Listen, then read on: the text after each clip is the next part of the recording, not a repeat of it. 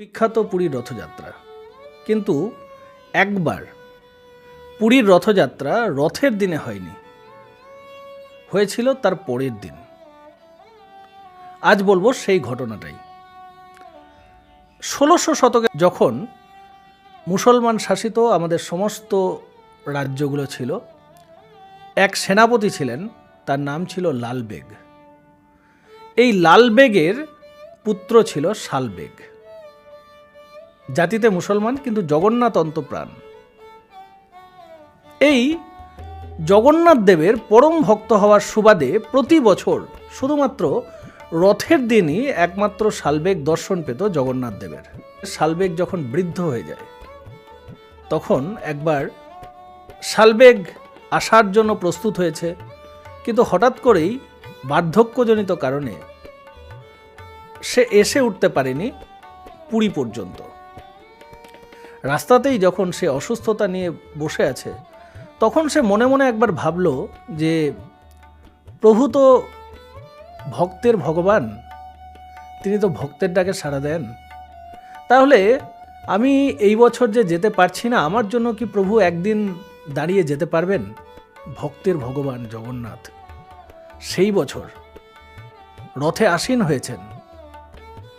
সবাই চারিদিকে আওয়াজ তুলেছে, জয় জগন্নাথ, জয় জগন্নাথ।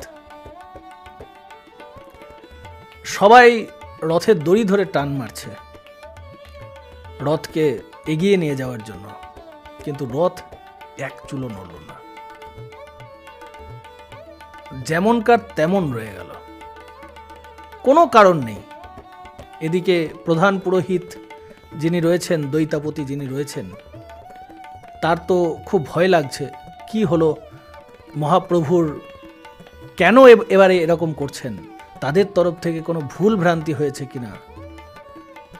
তো সেদিন রাতে জগন্নাথ দেব স্বপ্ন দেন যে আমার এক পরম ভক্ত সে রাস্তায় রয়েছে, সে এখনো এসে উঠতে পারেনি, তার জন্য এই বছর রথ একদিন পরের দিনে হবে। এবং এই ঘটনা শোনার পরেই চারিদিকে খোঁজ কোথায় কে রয়েছে, কোন পরম ভক্ত রয়েছেন যার জন্য মহাপ্রভু জগন্নাথ দেবের রথ আটকে গেছে, সেই পরম ভক্ত কে। খুঁজতে খুঁজতে পাওয়া গেল শালবেগকে একটা গাছের তলায় বসে আছে, শরীর প্রচণ্ড অসুস্থ। তখন পুরীর যে পুরোহিত ছিলেন, প্রধান পুরোহিত ছিলেন, তিনি তাকে নিয়ে আসেন। তাকে নিয়ে আসার পরেই রথ চলতে শুরু করে। আমরা যে ভাবি কলিকালে ভগবান কি দেখা দেয়, এটা কিন্তু এটার একটা পরম উদাহরণ বলা যেতে পারে। এবং আপনারা যদি কোনোদিন পুরী যান, তাহলে পুরীর পাশেই খুব কাছেই খুর্দা বলে একটা জায়গা আছে, সেই খুর্দাতে আজও এই শালবেগের সমাধি রয়েছে। এবং এই শালবেগ প্রায় কয়েকশো জগন্নাথ দেবের ভজন গান লিখেছিলেন। জাতিতে বিধর্মী হলেও তিনি কিন্তু জগন্নাথ দেবকে পেয়েছিলেন।